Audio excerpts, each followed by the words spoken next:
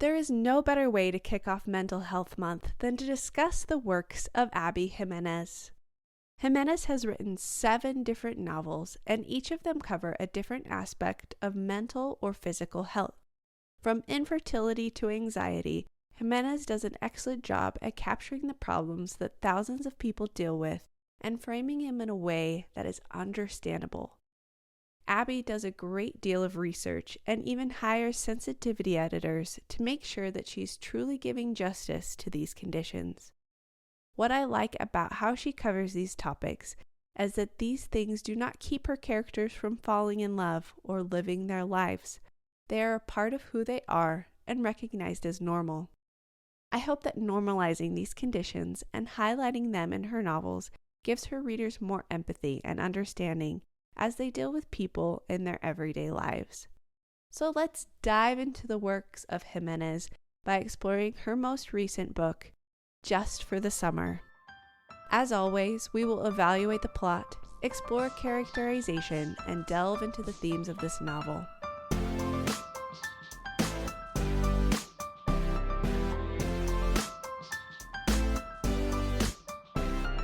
Have you ever felt like you were cursed?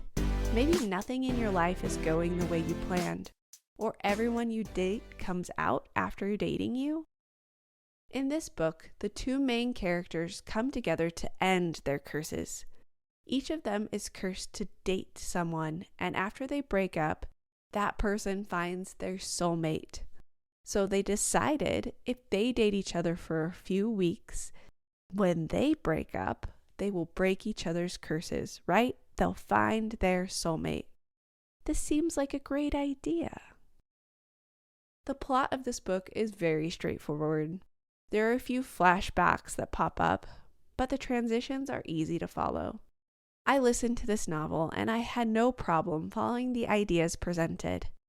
I would say that the surface level main conflict is breaking the curse, but it is clear after the first half of the novel that the conflict is so much deeper than that. I would say that the main conflict of this novel is how do you form and make meaningful and lasting connections. The exposition of this novel was so modern. A Reddit post. How creative. I think this is a great use of Kairos. It helps us to engage with these characters right off the bat. I also thought it was a great intro for Justin. Through Maddie's cyberstalking, we were able to learn that he's a software engineer, his friend was named Brad instead of Chad, and that he was nice and tall. I thought this was a fun and unique way to do character development. I think my favorite thing that Jimenez does is use running jokes throughout her novels. In this book, there were 3 notable running jokes. The first was the running joke between Emma and Justin, always asking each other if they're the asshole, referencing the first Reddit post that brought them together. Another was the men with J names are the worst, which is funny because 2 of the characters in this series have J names, Jacob and Justin. The other running joke is the Toilet King billboard. I think this is a perfect way to do world building and character building. The J-men joke is great because you hear it from 3 or 4 different women throughout the novel. It is like a more common knowledge passed on wisdom. This makes the world more authentic. I also loved the Toilet King billboards. They were everywhere. This billboard sounds disgusting, yet so relatable, right? This is a billboard you would see as you're driving down the highway. Using jokes to make the world more relatable yet cohesive is such a great writing tactic.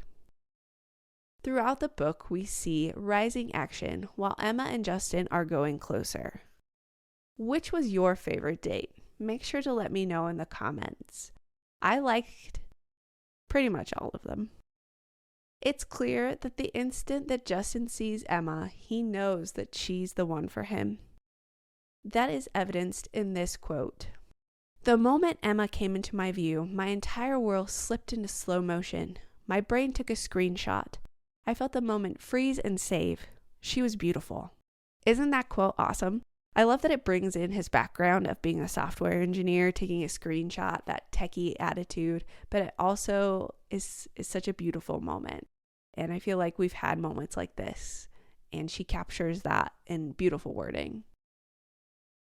The problem is, Emma's mother being so near to Emma, and Emma's past with her mother makes it difficult for Emma to reciprocate Justin's feelings.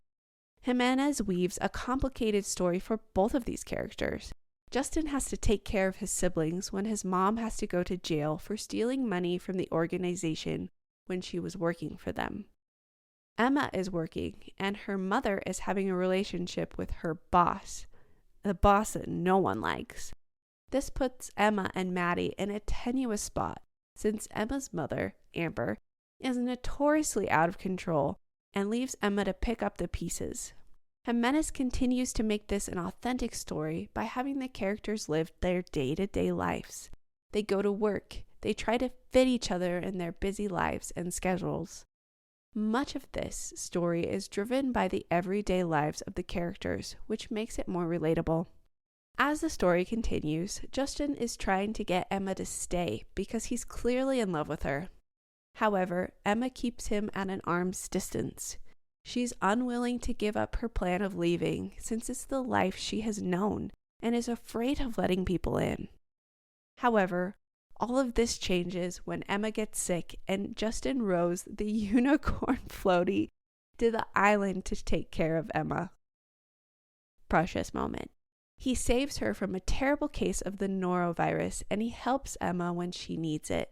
Emma is not used to having people take care of her, or letting people close enough to take care of her, so when Justin is there for her, she's finally able to let him on her island. This seems to be a major turning point in their relationship. This scene also has some of my favorite characters in it, and I honestly didn't even realize it until I was writing this podcast a week later. Brianna and Jacob from Always Yours were the doctors that came to their rescue. I haven't read Part of Your World yet, but I can see how all three of these books are connected. Things seem to be going very well for Emma and Justin, but then Emma gets some startling information.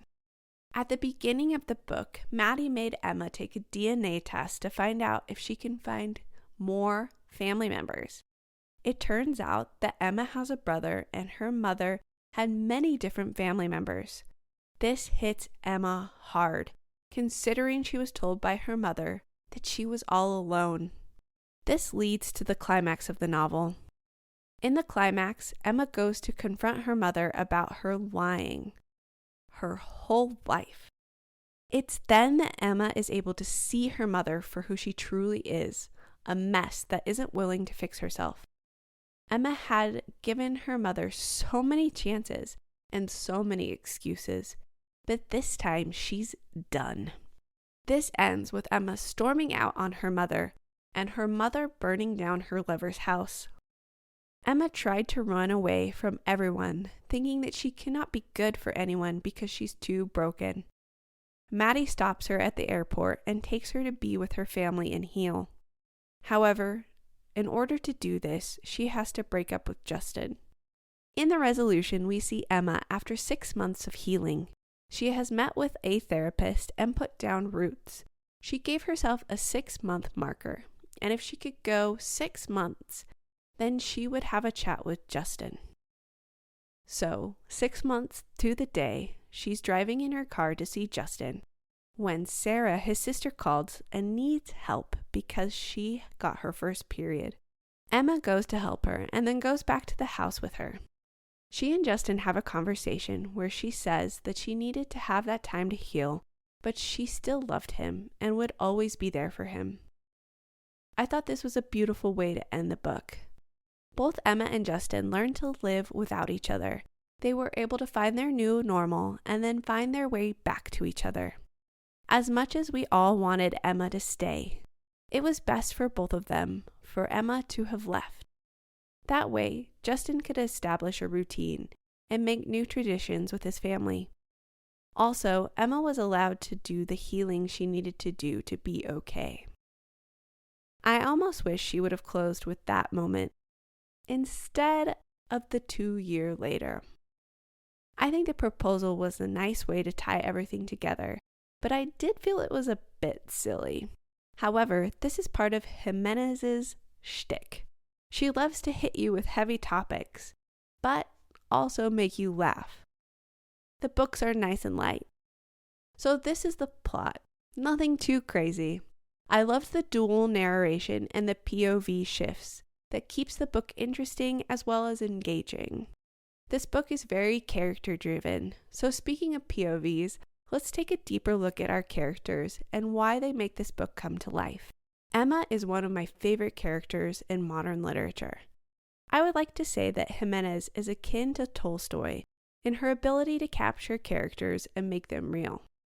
Though their styles are very different, I would argue that the two would write similarly if they were writing in the same time period. Emma was very authentic. It must be difficult to write a romance when one of your main characters is always pulling away and doesn't want to make attachments.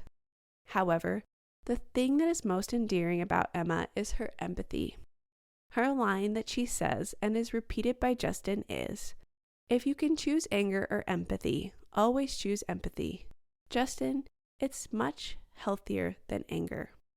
I love that Emma is always willing to see the best in people. This is not an easy mindset to have, but the fact that she has this mindset makes her so lovable. That is what many people say about her many times throughout the book. However, as we discover, Emma struggles from avoidant attachment relationship style because of her past trauma with her mother. She talks about having an island. There are only 2 people on her island, her mother and Maddie. She hasn't let anyone in since Maddie, and it's clear that she doesn't want to let anyone else in. This is why she keeps making excuses for Justin and her not to work. She tries to blame Maddie, but Maddie will not let her put the blame on her. It is really thanks to Maddie that Emma is a normal person at all, but we will talk about Maddie more a bit later. I think that reading about Emma helped me to understand people with avoidant attachment style better. She's too afraid of people leaving to form deep connection. I know I've seen this fear of connection with many characters I've read and many people in real life, and now I understand why it may happen. I love the stark difference between Emma and her mother. Amber is unwilling to take the steps she needs in order to change and become a real person. However, Emma wants to have strong relationships and she puts in the work to get better. It's important to remember that Emma is just a character. Just because it takes her 6 months to deal with her trauma doesn't mean that everyone deals with this trauma in the same way. If you know someone that struggles with an avoidant attachment relationship style, their trauma and struggles might be very different from Emma's. However, from reading about Emma, we can start to know these people and recognize these issues in the people we love so that we can get them help. Or, if you see yourself in Emma, you can take the steps you need to heal from your trauma. And I do not know if Emma would have taken those steps if it weren't for Justin. Let's be honest. The best thing about Justin is that he cooks. I'm just kidding. That is just one of the many great things about him. Justin is organized, caring, hardworking, a bit obstinate, but an absolute catch. I know why Emma doesn't instantly fall for him. But with all his hard work, he found a way in, which is just impressive. I love that Justin is a real person. Yes, he's nearly perfect, but he does have his flaws as well. He doesn't let things go easily, and he has a hard time understanding why people make mistakes. However, through Emma being in his life, we see him grow and change. It is great when the people we love bring out the best in us, and it is clear that both of these characters bring out the best in each other. Emma takes time to herself to become the person she needs to be for Justin and his family, and Justin learns how to empathize with others and let go of people's mistakes. This is evident by the very end of the book. Justin has taken responsibility for his family, but it also seems like he's forgiven his mother. But not only that, before he sees Emma again, he says he was thinking that he can never trust her again. But after she explains herself and is brave, he's able to see through her eyes and understand her circumstances. Justin before Emma wouldn't have been able to forgive. Amber is a hot mess. At the end of the book, in an interview, Jimenez explains Amber and why she's not able to make herself whole like Emma was. She was in a never-ending cycle of needing the attention of men and then making a mess when she felt like she was being abandoned. It is clear that she didn't finish the things she started, like the plants in the house or the roses on the wall. It is unclear what made Amber this way. Maybe there is more in part of your world, but it's sad that there are people out there like that. As a mother, it's hard to look at Amber objectively. She's not a good person, and what she did to Emma was devastating and selfish. However, this book also shows us that there are good people in the world. Maddie is an amazing best friend and sister to Emma. She is just what Emma needed in order to have any chance at having a normal life. It is clear that Maddie has done some reading about Emma's condition and is trying to help her the best she can. However, she's not a therapist. It is great that Emma finds Daniel, and she has more of a support system than one person to help her find stability. I'm also happy that Maddie finds happiness at the end of the book. She deserves to have someone take care of her after taking care of Emma for so long. It is clear that Maddie is waiting to start her life until Emma was taken care of, though it did seem like she was having fun along the way. I also love that Maddie was a fun and funny side character. She's always there to tell a joke or give an observation. The last person I want to discuss was Neil. As I said before, I haven't read Part of Your World, so I'm not aware of what Neil did to Alexis. However, I genuinely think that man is trying to change. Yes, he jumped headfirst into a relationship with someone who just validated his narcissistic tendencies, but he tried to get Amber the help that she needed and was very understanding. Maybe that man deserved to get his house burned down, but I do think he deserves a second chance. He seems like a man who is truly repentant and willing to do the work, and honestly, I'm a strong believer in second chances. But he probably needs to do some inward searching before he can just jump into another relationship. As I mentioned earlier, this book is very character-driven. It tells us the story through the ups and downs of our main characters. And what do our main characters want? Connection or love. So let's take a look about how love is addressed in the book. Here is my very favorite quote that I think sums up the message of the book. The love story sold us the wrong thing. The best kind of love doesn't happen on moonlit walks and romantic vacations. It happens in between the folds of everyday life.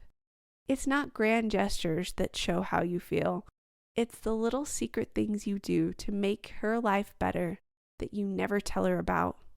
Taking the end piece of bread at the breakfast so she can have the last piece for her sandwich. When you pack her lunch.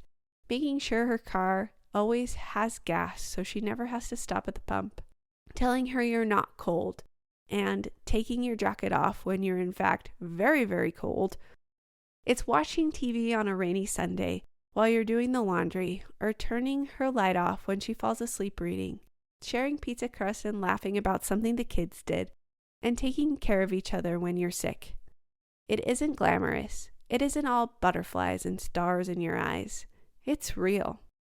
This is the kind of love that Forever is made of. Because if it's this good when life is draining and mundane and hard, think of how wonderful it will be when the love songs are playing and the moon is out.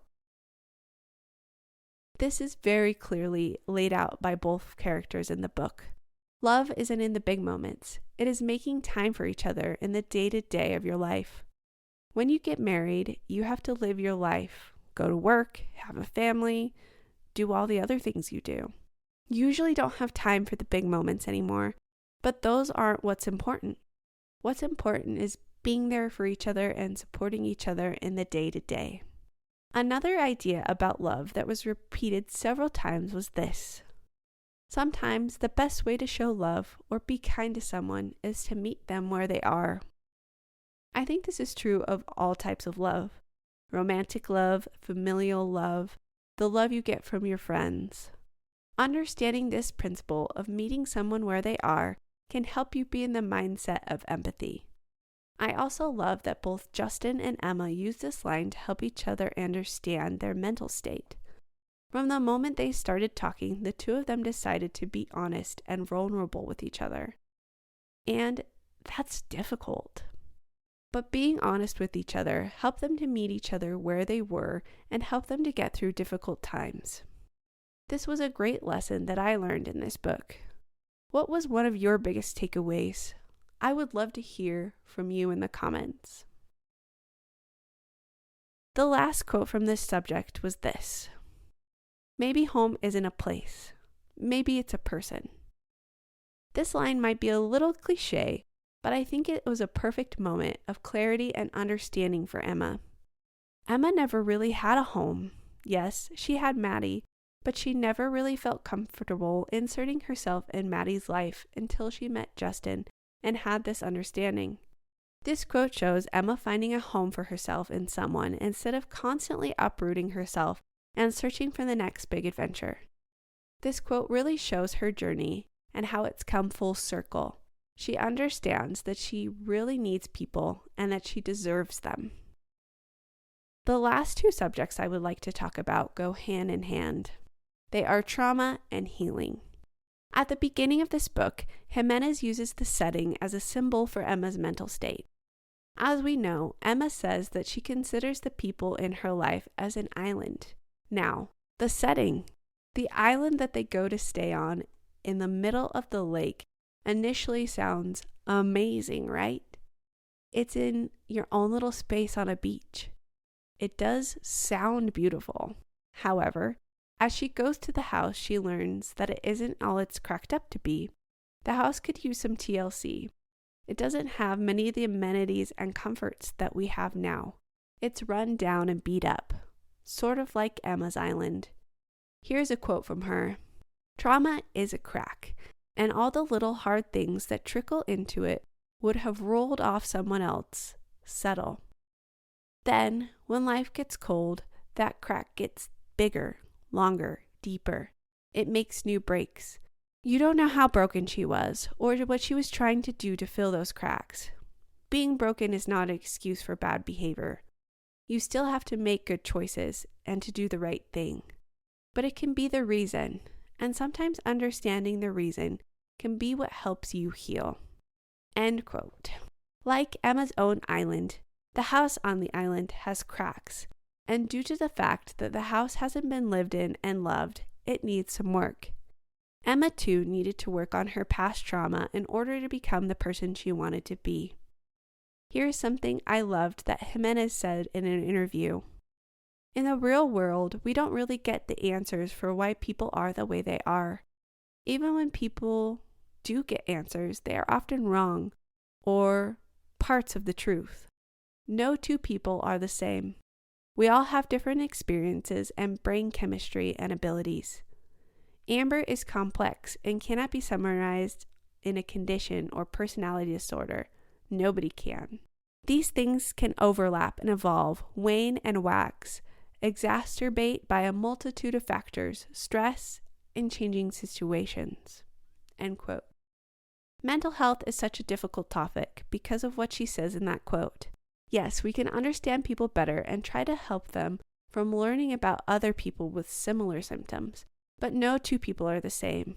So for some people on our mental health journey, it may be a few sessions of therapy, and then they feel better. But for some people, it may take years of therapy and sometimes multiple therapists to get a proper diagnosis.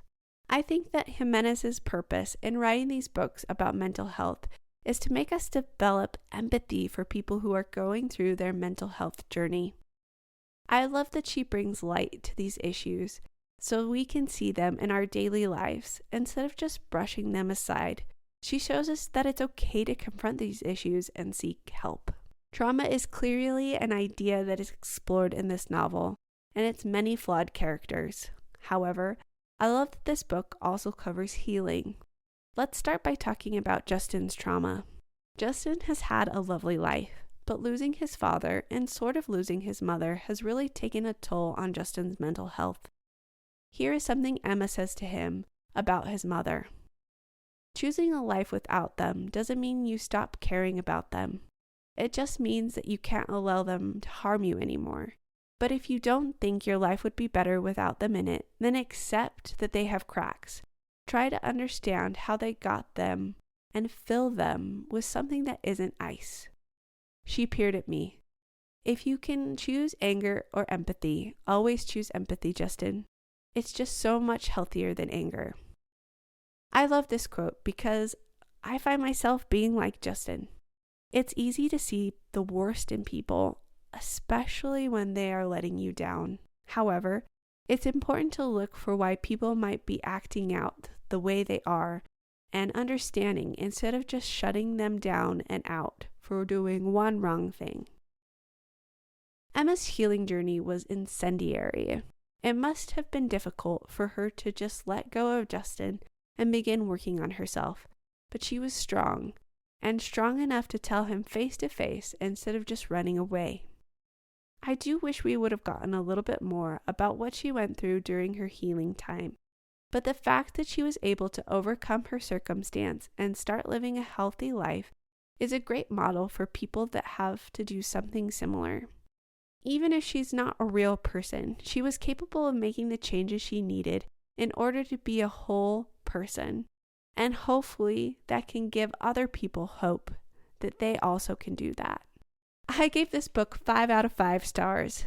I love that it's chick lit that covers more than just romance, and it's not afraid to take on heavy topics and show us that life is more than just the movies.